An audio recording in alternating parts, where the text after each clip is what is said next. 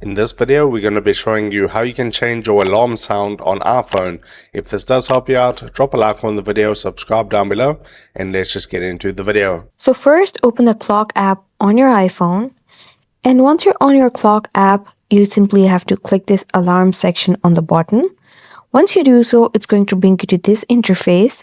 And here you can choose an already set alarm, or you can just click this plus sign and make a new one. Once you choose the time over here and set the alarm, the second thing you have to do is go to this sound section, click it, and now it's going to bring you to this page. And here you have a list of sounds that you can choose for your alarm, or you can pick a song by clicking over here, and it's going to take you to the library. And if you have any songs in your library, you can choose it. Also, you can go with none, or you can go to classic and see more options and choose the sound that you like. And once you choose it, just click it. Once you go back, it's going to set that alarm sound for you.